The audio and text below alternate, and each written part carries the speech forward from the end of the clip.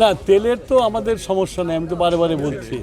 এখন সমস্যা হচ্ছে কোন জায়গায়, যে পেট্রোল পাম্পে দিনে 1 লরি তেল লাগতো, এখন হঠাৎ করে এই যুদ্ধের কারণে মানুষ সব তেল সংগ্রহ করা শুরু করেছে, যার ফলে ওই পেট্রোল পাম্প যেদিন সারাদিনে যেটা বেচত সেটা এখন 2 ঘন্টায় বিক্রি হয়ে যায়।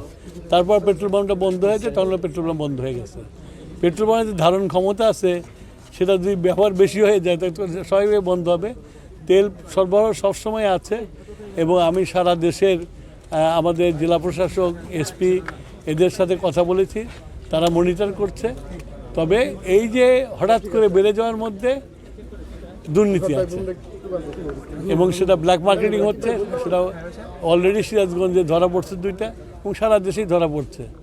এইটা জনগণের কাছে আমার আবেদন থাকবে যে ওনারা যেন নিজেরা এটাকে দেখেন এবং কন্ট্রোল করেন।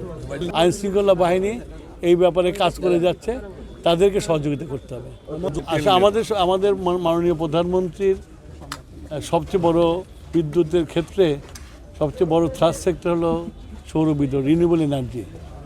এবং আমাদের সিরাজগঞ্জে রিনিউয়েবল এনার্জির একটা প্রচুর জায়গা আছে এবং আমরা ভবিষ্যতে এখানে 350 মেগাওয়াট যাতে করতে পারি সেইটা দেখে গেলাম। এর পরবর্তীতে আমরা এটার উপর কাজ করব। এদের উপরে অনেক পাওয়ার স্টেশন বন্ধ করে রাখতে হয়, তারপরে মেনটেন্যান্সের জন্য বন্ধ করে রাখতে হয়। এখন আমার যা ডিমান্ড আছে সেই ডিমান্ড অনুসারে বিদ্যুৎ উৎপাদিত হচ্ছে, যার ফলে আমাদের এই যে রোজা পার হয়ে গেল কখনো কোনো ডিসরাপশন হয়নি।